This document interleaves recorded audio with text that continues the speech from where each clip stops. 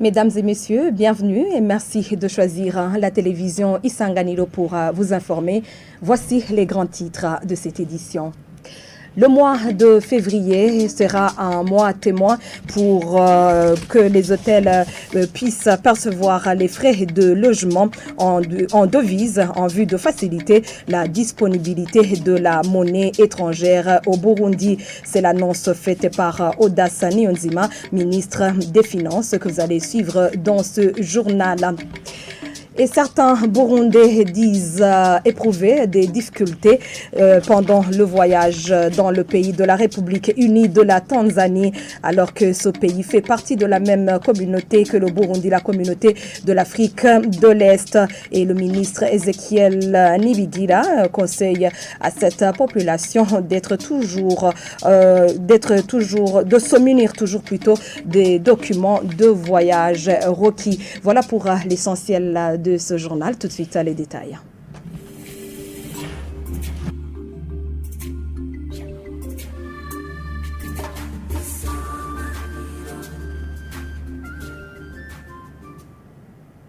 Encore une fois, bienvenue. Les hôtels doivent recevoir les frais de logement en devise en vue de faciliter la disponibilité de la monnaie étrangère au Burundi. C'est une politique à mettre en vigueur dès ce mardi 31 janvier 2023, précisant que le mois de février sera le mois témoin de la mise en application de cette politique.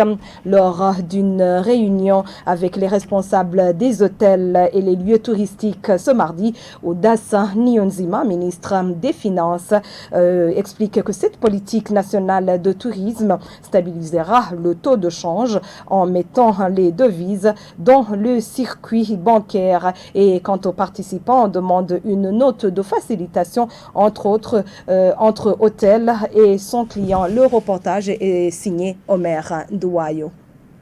Cette nouvelle orientation du gouvernement burundais vise à rendre disponibles les devises dans le circuit bancaire. Audace Niyonzima, ministre des Finances, précise que les hôtels et lieux touristiques doivent avoir des comptes en devises dans les banques commerciales. Il était question de rappeler aux propriétaires, aux gestionnaires des hôtels qu'ils doivent afficher les tarifs en devises pour les voyageurs étrangers, collecter les recettes en devises et surtout les verser sur les comptes dans les banques et non pas les conserver dans leurs coffres. Oui, les défis sont là. Il y a une sorte de rareté artificielle de devises parce que les détenteurs de devises cherchent à les conserver par devers eux-mêmes. Alors en conservant les devises dans les coffres, on thésaurise la liquidité en devises et ça ne permet pas la gestion appropriée des devises. Les responsables des hôtels souhaitent une note d'éclaircissement de cette politique. Pourriez-vous mettre en place une note à afficher dans nos hôtels exigeant le paiement des frais de logement en devises pour les étrangers? À ce souhait, le ministre Audace Niyonzima n'y va pas par quatre chemins. S'il s'avère nécessaire, ajoute-t-il, les autorités concernées vont s'y mettre. La note ou une ordonnance, ce n'est pas nécessaire, étant donné que c'est déjà prévu dans la réglementation de change. Donc, il est question simplement d'appliquer la réglementation de change. Mais si c'est une précision qui est nécessaire, il y a le ministre en charge du tourisme qui va leur donner des précisions.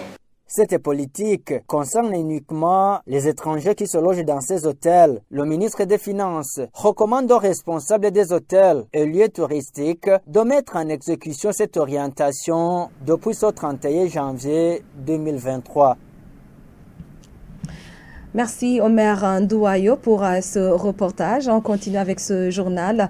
Les propriétaires de parcelles de l'ex-cimetière de Nyabaranda, c'est en mairie de Bujumbura, se disent attristés par de la manière dont certains individus continuent à construire des maisons dans ce site, alors que des mesures ont été prises pour interdire la construction dans cette place par les autorités de la mairie décisionnaire décision prise par les autorités de la mairie.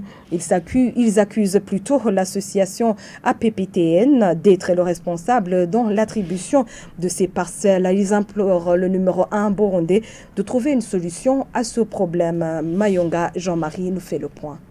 Avant les années 1980, ces parcelles étaient sous l'encadrement de la Cogerco. Au cours de cette année même, il est sorti une mesure portant affectation d'un cimetière à Nyabaranda sur une étendue de 12 hectares. Aujourd'hui, les propriétaires de ces parcelles disent qu'ils sont dépouillés par une association appelée APPTN qui est jusqu'aujourd'hui inconnue par la loi. Le Boha, en date du 16, via le commissariat de l'urbanisme et des études, a pris une décision qui avait suspension temporaire des travaux de construction et d'octroi des actes urbanistiques pour le site de Nyabaranda. Mais cette mesure n'est pas respectée.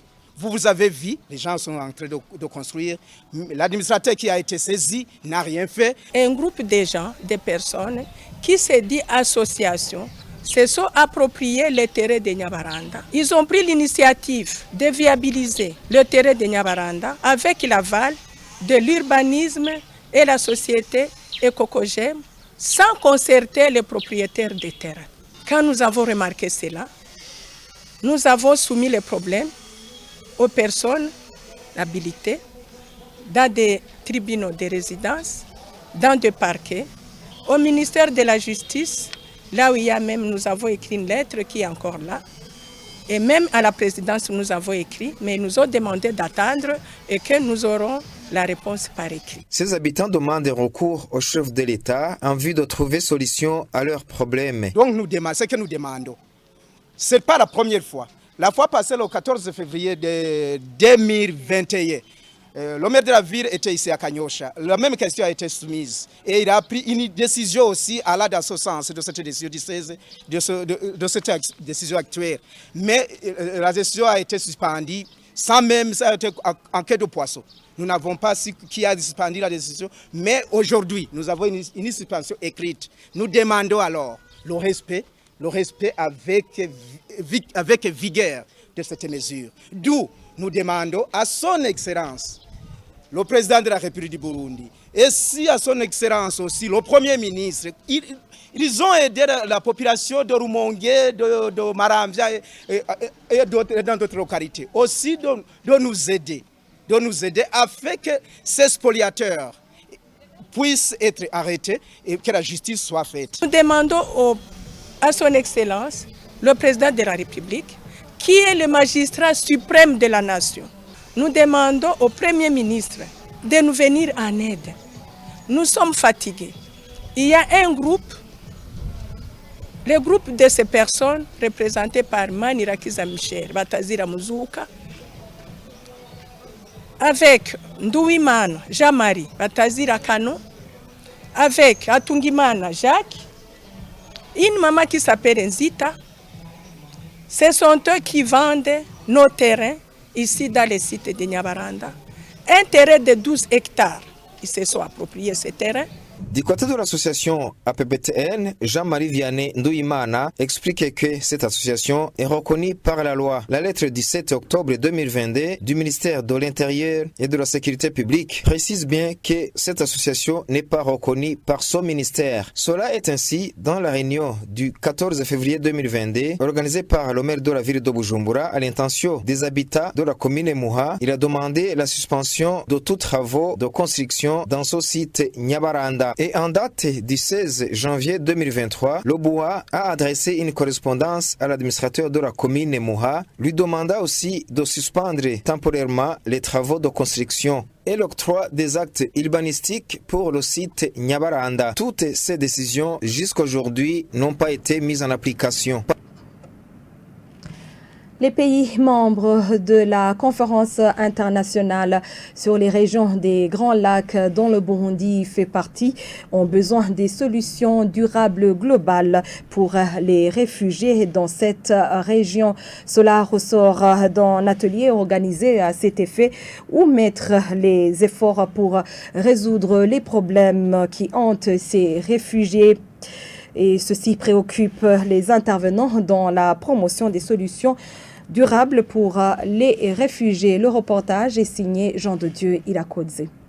12 États membres de la conférence internationale sur la région de Galac se réunissent à Bujumbura pour mener des discussions sur des solutions durables globales pour les réfugiés dans cette région, à un moment d'harmoniser les pratiques pour les intervenants dans ce domaine, comme le souligne Sahid Mohamed, secrétaire exécutif adjoint de la conférence internationale sur la région de Galac, tout comme Samuel Ndaisenga, coordonnateur à l'Office national pour la protection des réfugiés et des apatrides au Burundi. Comme vous le savez, dans la région des Grands Lacs, il y a des défis de paix et sécurité et des problèmes de réfugiés. Alors, la CIRGL, consciente de ces problèmes, on souhaite que pendant l'atelier de 2 jours, on peut discuter les solutions durables pour la question des réfugiés et aussi d'échanger les expériences entre nos pays membres concernant les solutions pour la question des réfugiés, parce que c'est lié à la paix, la sécurité dans la région des Grands Lacs.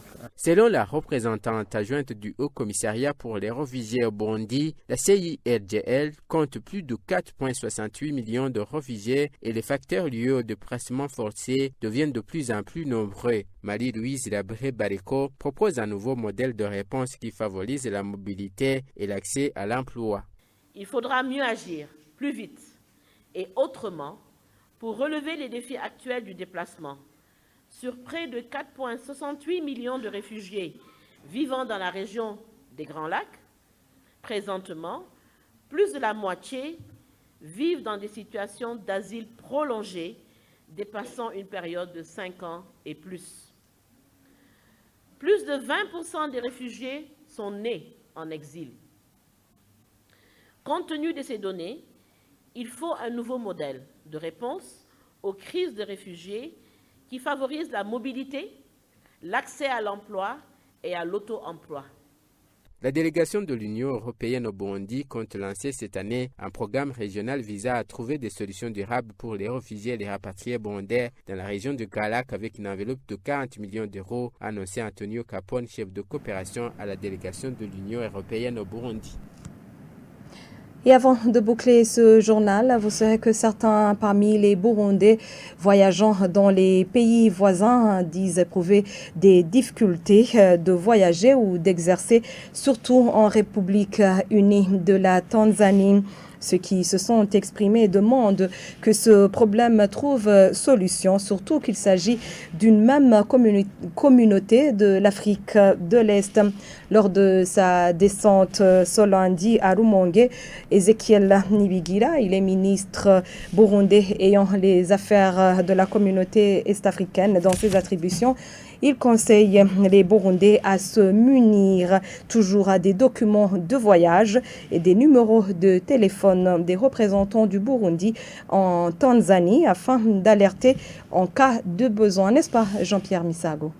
Le contenu de l'hymne de la communauté est-africaine prônant l'unité et la solidarité mutuelle pour le développement des populations des pays membres n'est pas observé, notamment pour les Burundais fréquentant ou voulant investir en République unie de Tanzanie. Janvier Nyandoui, qui le dit, indique qu'un Burundais est malmené dès son entrée sur le sol tanzanien et la situation se complique s'il cherche à s'établir et à exercer son commerce sur le sol tanzanien. Il demande que les Tanzaniens traitent les Burundais cherchant à s'établir dans ce pays comme les Burundais traitent les Tanzaniens établis au Burundi. À ce sujet, Ezekiel Nibigira, ministre burundais ayant les affaires de la communauté africaine dans ses attributions, lors de sa descente à Rumonge ce lundi, dit que cette question revient presque partout où il a passé. Il informe que les autorités tanzaniennes répondent qu'elles ne sont pas au courant de cela lorsqu'elles sont sollicitées pour intervenir. Pour cela, à côté des documents de voyage qui doivent être au complet avant d'entrer sur le sol tanzanien, le ministre Nibigira appelle les Burundais désirant voyager en Tanzanie à se munir toujours des numéros de téléphone de l'ambassadeur du Burundi à Dar es Salaam et du consul du Burundi à Kigoma afin de solliciter leur intervention en cas de besoin. Il rassure que son ministère est en contact permanent avec ses homologues tanzaniens afin de vider définitivement cette question. Et c'est sur ce reportage de notre confrère Jean-Pierre Misago que nous mettons un point final à ce journal. Merci à toutes et à tous de l'avoir suivi. Très bonne suite des programmes sur Isanganiro. Au revoir.